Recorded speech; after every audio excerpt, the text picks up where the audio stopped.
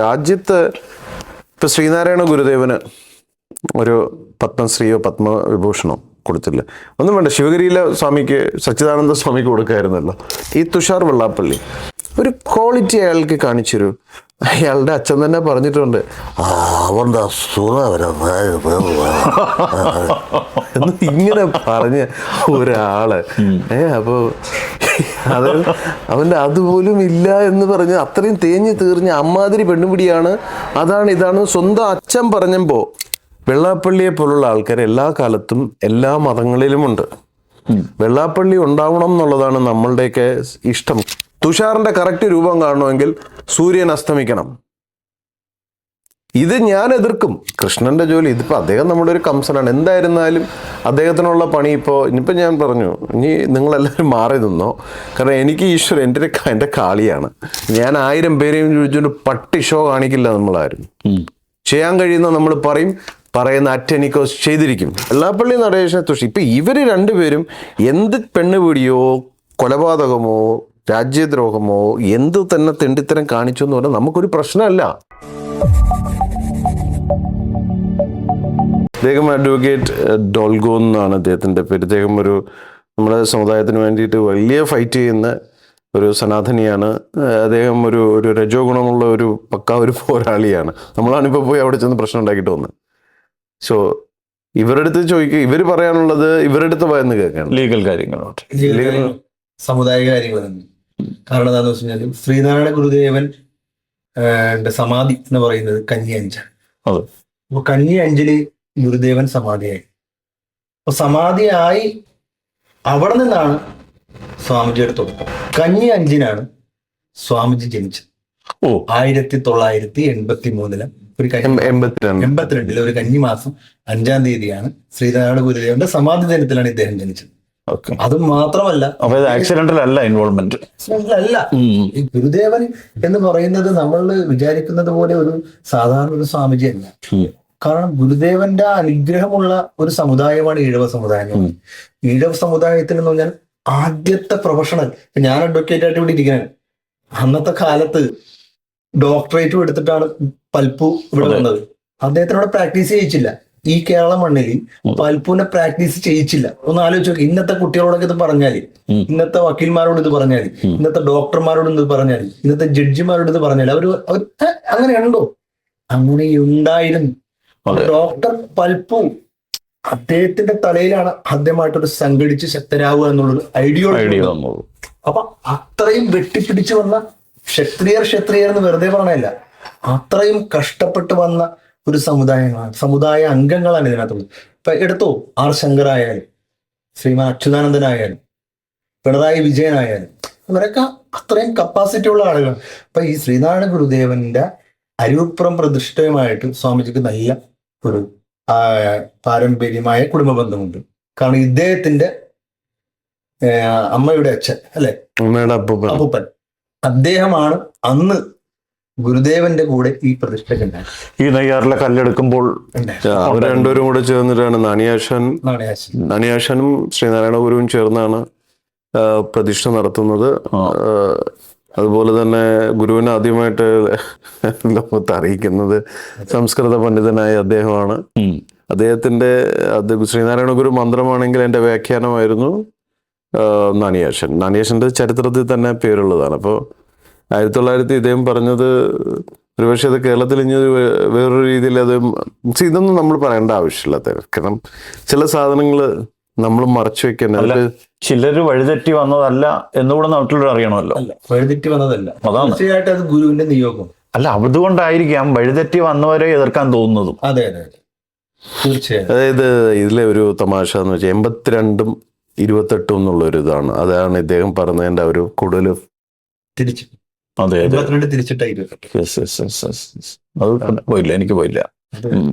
ഗുരു 1928 കന്നി 5 സമാധി. എന്റേത് 82 കന്നി 5. പക്ഷേ ഗുരുവിന്റെ ആത്മാവ് എൻ്റെ ഉള്ളിലുണ്ടാവുമായിരിക്കാം, എനിക്കറിയില്ല. എനിക്ക് ക്ലൈം ചെയ്യാൻ പറ്റില്ല. കാരണം ഗുരു പ്രഡിക്ഷൻസിൽ ഒരുപാട് പ്രഡിക്ഷൻസ് ഗുരു നടത്തിയിട്ടുണ്ട്. എൻ്റെ റെക്കോർഡിലും ഒരുപാട് ഭാവിയിൽ വരാൻ പോകുന്ന കാര്യങ്ങൾ ഞാൻ പറഞ്ഞ് റെക്കോർഡ് ആക്കിയിട്ടുണ്ട്. ഇതൊന്നും എൻ്റെ കഴിവൊന്നും എനിക്ക് പറയാൻ പറ്റില്ല. എന്നെ കൊണ്ടൊരു ശക്തി ചെയ്യിപ്പിക്കുകയാണ്. ഞാനീ പ്രതികരിക്കുന്ന ഗുരു ഒരു വിപ്ലവകാരിയായിരുന്നു. ഗുരുവിൻ്റെ കൂടെ അന്ന് ഒരുപാട് ശക്തി സ്രോതസ്സുകൾ ഉണ്ടായിരുന്നു. ഇതുപോലൊക്കെ നമ്മളൊക്കെ തന്നെ വീണ്ടും പുനർജനിക്കുന്നു എന്നുള്ളതിൽ ഞാൻ വിശ്വസിക്കുന്നുണ്ട്. കാരണം പല ശക്തികൾ പല തരത്തിലാണ് പുനർജനിക്കുന്നത്. ഇപ്പം നമ്മള് ഇപ്പൊ ഇദ്ദേഹമാണോ പൽപ്പു എന്ന് ചോദിച്ചാൽ വീണ്ടും നമ്മരുന്ന് ഇന്ന് ചിന്തിക്കേണ്ടി വരും. സീരിയസ്ലി. അതെ അതെ. കാരണം ഇദ്ദേഹം പൽപ്പുവിന്റെ പേരിലൊരു ഒരു വലിയൊരു സ്ഥാപനവുമായിട്ട് കേരളത്തില് പൽപ്പുവിന്റെ പേരിലൊരു ഇത് പ്രതിഷ്ഠയും വെച്ച് ഒരു സ്മാരകം ഉണ്ടാക്കി അവിടെ കുറെ ചാരിറ്റി കാര്യങ്ങൾ ചെയ്യണമെന്ന് പറഞ്ഞ് എത്രയും ദിവസമായിട്ട് ഇങ്ങനെ ചർച്ച ചെയ്തുകൊണ്ടിരിക്കാനായിട്ട്. ഓക്കെ. അപ്പം നമ്മൾ ഓരോ ആൾക്കാരിലും കഴിഞ്ഞ ജന്മം നമ്മൾ ചെയ്തതിന്റെ കണ്ടിന്യൂവേഷൻ മുന്നോട്ട് പോകാൻ വേണ്ടിയിട്ടുള്ള ഒരു ഇതുണ്ടാവും. ഇപ്പൊ ഗോപാലേട്ടൻ അടക്കം ഈ കഴിഞ്ഞ ജന്മത്തിൽ നമ്മളുമായിട്ടുള്ളൊരു ബന്ധമാണ്. അത് ഈ ജന്മം വരുമ്പോൾ നമുക്കൊരു ആത്മവാസന ഉണ്ടാവും, ഒരു കണക്ഷൻ ഉണ്ടാവും. അപ്പൊ ഇത് വീണ്ടും വീണ്ടും ഇതൊരു പ്രതിഭാസം. ഇതൊക്കെ എന്തൊക്കെയാണെന്ന് ചോദിച്ചാൽ നമ്മൾ ഇങ്ങനെ ചെയ്തു പോവാണ്. മേളിലൊരു ശക്തി നമ്മളെ കൊണ്ട് സംഭവം പറഞ്ഞാൽ ഇതിന്റെ ശുദ്ധി, അതായത് ഗുരുപാതയുടെ ഒരു ശുദ്ധി തിരിച്ചെടുക്കാൻ വേണ്ടി ഉള്ള ശ്രമങ്ങളുടെ ഭാഗമാണ് ഈ വെള്ളാപ്പള്ളി തീർക്കുന്നതല്ല ഇതിന്റെ അർത്ഥം. വെള്ളാപ്പള്ളിയെ പോലുള്ള ആൾക്കാർ എല്ലാ കാലത്തും എല്ലാ മതങ്ങളിലുമുണ്ട്.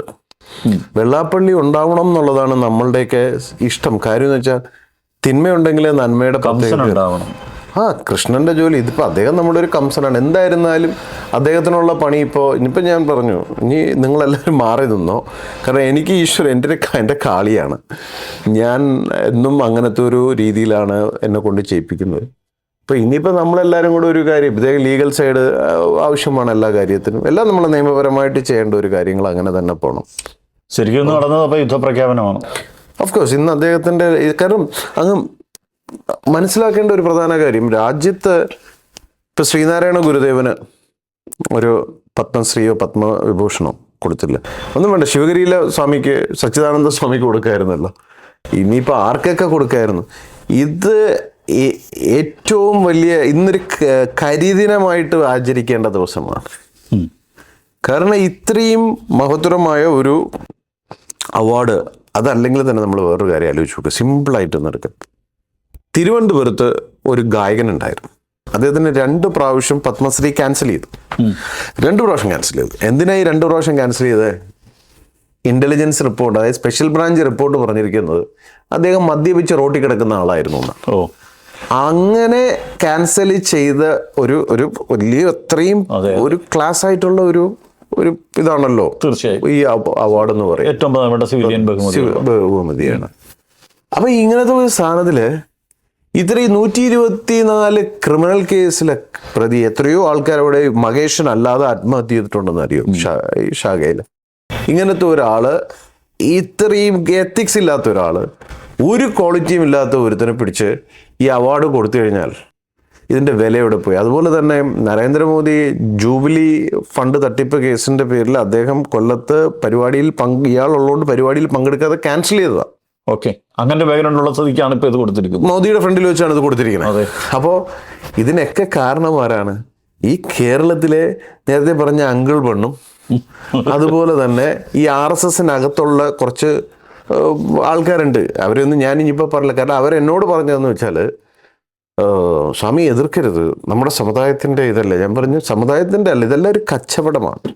അപ്പൊ ഈ കച്ചവടക്കാരന്മാരുടെ രീതി അനുസരിച്ച് നമുക്ക് എന്ത് ചെയ്യാൻ പറ്റും? അവരുടെ ബിസിനസ്സാണ്. ഈ തുഷാർ വെള്ളാപ്പള്ളി ഒരു ക്വാളിറ്റി അയാൾക്ക് കാണിച്ചു. അയാളുടെ അച്ഛൻ തന്നെ പറഞ്ഞിട്ടുണ്ട്. അത് ഇപ്പൊ ഓൺലൈനിൽ ആൾക്കാർ, മാന്യന്മാരായിട്ടുള്ള ആൾക്കാർ കാണുന്നതുകൊണ്ട് എനിക്ക് വാക്ക് പറയാൻ പറ്റില്ല. എന്നാലും അദ്ദേഹത്തിന്റെ അച്ഛൻ പറഞ്ഞ രീതി, അവരുടെ എന്ന് ഇങ്ങനെ പറഞ്ഞ ഒരാള് അപ്പൊ അത് അവന്റെ അതുപോലും ഇല്ല എന്ന് പറഞ്ഞ് അത്രയും തേഞ്ഞ് തീർഞ്ഞ അമ്മാതിരി പെണ്ണുപിടിയാണ്. അതാണ് ഇതാണ് സ്വന്തം അച്ഛൻ പറഞ്ഞപ്പോ ആ മകനെയാണ് നേരെ ഡൽഹിയിലേക്ക് പറഞ്ഞു വിട്ടിരിക്കുന്നത്. അപ്പൊ ഇത്രയും മോശമായിട്ടുള്ള പ്രൊഫൈൽ ഹോൾഡ് ചെയ്ത് ഇവിടുത്തെ ഡ്രീംസ് എന്ന് പറയുന്ന ഡ്രഗ് പാർട്ടിയുടെ പരിപാടിയിൽ ഏറ്റവും കൂടുതൽ അവിടെ വന്ന് കൂത്താടിയിട്ട് ബഹളമുണ്ടാക്കുന്ന ഒരാളാണ്. അവിടെ കള്ളും കുടിച്ച് ബോധവും ഇല്ലാതെ ഈ തുഷാർ. അതുപോലെ അദ്ദേഹത്തിന്റെ ഈ നമ്മൾ കാണുന്ന വെള്ളയൊക്കെ ഇട്ട് ക്ലീൻ ഷേവ് അടിച്ചിട്ട് ഇത് ഇങ്ങനെ വന്ന് നിൽക്കുന്ന ഒരു തുഷാറല്ല. തുഷാറിന്റെ കറക്റ്റ് രൂപം കാണണമെങ്കിൽ സൂര്യൻ അസ്തമിക്കണം. ഇത് ഞാൻ എതിർക്കും. അയാളുടെ കയ്യിൽ ഗുണ്ടായുസമുണ്ട്, അയാളുടെ കയ്യിൽ കുറേ വിവരദോഷികളായിട്ടുള്ളതും ബോധമില്ലാത്തതായിട്ടുള്ളതും പാവങ്ങളായിട്ടുള്ളതുമായിട്ടുള്ള കുറേ ആൾക്കാർ അയാളുടെ കൂടെ ഉണ്ടാവും. ഭദ്രാനന്ദൻ്റെ കൂടെ 5 പേരേ ഉണ്ടാവുള്ളൂ. ചിലപ്പോൾ 5 പേര് മതി ഒരു മന്ത്രിയുടെ വണ്ടി തടയാനോ, ഒരു വിപ്ലവം സൃഷ്ടിക്കാനോ, ഒരു അറ്റാക്ക് നടത്താനോ, എന്തിനും 5 പേര് മതി. ഇത് ഭഗവാൻ കൃഷ്ണൻ കാണിച്ചു കൊടുത്ത കാര്യം. ഞാൻ 1000 പേരെയും ചോദിച്ചൊരു പട്ടി ഷോ കാണിക്കില്ല നമ്മളാരും. ചെയ്യാൻ കഴിയുന്ന നമ്മൾ പറയും, പറയുന്ന അറ്റനിക്കോസ് ചെയ്തിരിക്കും. ഇന്ന് വരെ എന്തെങ്കിലും പറഞ്ഞ കാര്യം മാറിയിട്ടുണ്ടെങ്കിൽ നിങ്ങൾ പറയുന്ന പണി നമ്മൾ ചെയ്യും എന്ന് ഞാൻ സമൂഹത്തോട് പറഞ്ഞിട്ടുള്ളതാണ്. വെള്ളാപ്പള്ളി നടേശനെ തുഷി ഇപ്പൊ ഇവര് 2 പേരും എന്ത് പെണ്ണുപിടിയോ കൊലപാതകമോ രാജ്യദ്രോഹമോ എന്ത് തന്നെ തെണ്ടിത്തരം കാണിച്ചു എന്ന് പറഞ്ഞാൽ നമുക്കൊരു പ്രശ്നമല്ല. കാരണം ഇതുപോലെ ആൾക്കാർ ഇഷ്ടം പോലെ ഈ ലോകത്തുണ്ട്. പക്ഷേ ശ്രീനാരായണ ഗുരുവിനെ പോലെ ഉള്ള ഒരു ദിവ്യ ദീപത്തിന്റെ ചിത്രത്തിന്റെ ചോട്ടിലിരുന്നു കൊണ്ട് തന്നെ ഈ ചെറ്റത്തരങ്ങളെല്ലാം കാണിക്കുമ്പോൾ അത് ചോദ്യം ചെയ്തില്ലെങ്കിൽ ഇവിടെ ധർമ്മം നശിച്ചു പോകും. എപ്പോഴൊക്കെയാണോ ബ്രാഹ്മണൻ അല്ലാതെയായിത്തീരുന്നത്, അധർമ്മം അഭിവൃദ്ധി പ്രാപിക്കുന്നത്, ന്യായാധിപൻ അവന്റെ കർമ്മവും ധർമ്മവും മനസ്സിലാക്കാതെ പ്രവർത്തിക്കുമ്പോൾ സംസാര സാഗരം താണ്ടിക്കാൻ വേണ്ടി ഓരോ സമയങ്ങളിലും ഓരോ കാലഘട്ടത്തിലും ഋഷിവര്യന്മാർ വീണ്ടും വീണ്ടും പുനർജനിച്ചു കൊണ്ടിരിക്കും. അത് ഈ ഭാരതത്തിന്റെ മാത്രം പ്രത്യേകതയാണ്. സോ ഇവിടെ വന്നിട്ടുണ്ടെങ്കിൽ, ഇവിടെ ഇങ്ങനെ ഇരിക്കുന്നുണ്ടെങ്കിൽ, ഇങ്ങനെ പ്രതികരിക്കുന്നുണ്ടെങ്കിൽ ഈ ഭദ്രാനന്ദ് എന്ന് പറയുന്ന ഒരു രൂപം മാത്രമായിട്ട് കാണരുത്. എൻ്റെ പിന്നിൽ എന്തെങ്കിലും ഉണ്ടെന്ന് വിചാരിക്കുക. അല്ലെങ്കിൽ ഇത്രയും ഈ 2008 തൊട്ട് ഇതുപോലെ ഇങ്ങനെ ഒരു മനുഷ്യൻ ഇത്രയും അറ്റാക്സ് ഫേസ് ചെയ്തിട്ട് പിടിച്ചു നിൽക്കാൻ സാധിക്കുമോ എന്ന് ചിന്തിക്കുക. എത്ര പ്രാവശ്യം 4 പ്രാവശ്യം പിടിച്ച് ജയിലിലിട്ടു, ഏതെല്ലാം തരത്തില് ദ്രോഹിക്കാൻ ശ്രമിച്ചു, 3 പ്രാവശ്യം കൊല്ലാൻ ശ്രമിച്ചു. എന്നിട്ടും ഇവിടെ നിർത്തിയിട്ടുണ്ടെങ്കിൽ ആ ശക്തിക്ക് എന്തോ ഒരു കാര്യം കൂടി ചെയ്ത് തീർക്കാനുണ്ട്. ആ തീരുമാനങ്ങൾ അത്രയും തീർത്തിട്ടേ ഈ കുറെ ഖബവും മലവും മൂത്രവും പേശികളുമായിട്ട് കെട്ടിവെച്ചിരിക്കുന്ന ഈ മാംസപിണ്ഡം വിട്ടിട്ട് ഭദ്രാനന്ദനും ഈ ലോകത്ത് നിന്ന് യാത്ര ചെയ്യാൻ പറ്റുള്ളൂ.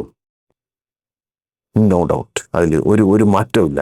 ബാസ്റ്റേഴ്സ് ജനതാ പാർട്ടി എന്നും ബ്രോക്കേഴ്സ് ജനതാ പാർട്ടി എന്നും ഒക്കെ അതിനെ പറയാൻ പറ്റുന്ന ഒരു പാർട്ടി യഥാർത്ഥ BJP അല്ല. ഇതുപോലുള്ള സുരേന്ദ്രനെയും ഈ പറയുന്ന രാജീവ് ചന്ദ്രശേഖരനെയും ഈ മൊണ്ണ കണാപ്പനെയൊക്കെ പിടിച്ചിട്ട് ഇതാക്കി വെച്ച് കഴിഞ്ഞാൽ, അല്ലെങ്കിൽ ഇയാൾ സത്യം പറഞ്ഞ് ഞാനത് വ്യക്തമായിട്ട് പറഞ്ഞു, ഇയാളെ ജയിപ്പിക്കരുത്. തിരുവിതാംകൂറും മലബാറും തമ്മിലുള്ള ഒരു വ്യത്യാസമുണ്ട്. അവിടുത്തെ രാജാവാണെന്ന് ധരിച്ചു കിടക്കുന്ന ആരാണ്? അവിടുത്തെ പഴുതാര മീശയും വെച്ചിട്ട് നടക്കുന്ന ഒരു ഊളയുണ്ടല്ലോ, പുതിയ ഒരാള്, ആദിത്യവർമ്മ, അവനെയൊക്കെയാണ് രാജാവാണെന്ന് പറയുന്നത്. അവനൊക്കെ നേരെ ചൊവ്വ ഒരു യുദ്ധം കണ്ടിട്ടുണ്ടോ? ഇവനൊക്കെ എന്ത് രാജാവാണ്? PUBG കളിക്കുന്നവനാണോ രാജാവ്? അതിൽ വെടിവെക്കുന്നവനാണോ രാജാവ്? അതോ വേറെ ഏതെങ്കിലും തരത്തിലുള്ള വെടിവെക്കുന്നതിനാണോ രാജാവ്? ഈ പത്മനാഭസ്വാമി ക്ഷേത്രം കൊള്ളയടിച്ചവന്മാരെല്ലാം രാജീവ് ചന്ദ്രശേഖരന്റെ ആൾക്കാരായിട്ട് നിൽക്കുന്നവരാണ്. വീട്ടുവാടക കൊടുക്കാൻ പൈസ ഇല്ലാത്തതുകൊണ്ട് തോക്കെടുത്തവനാക്കി, ആത്മഹത്യക്ക് ശ്രമിച്ചു എന്നുള്ള രീതിയിലാക്കി, CA വെടിവെച്ചു കൊല്ലുമെന്ന് ശ്രമിച്ചവനാക്കി.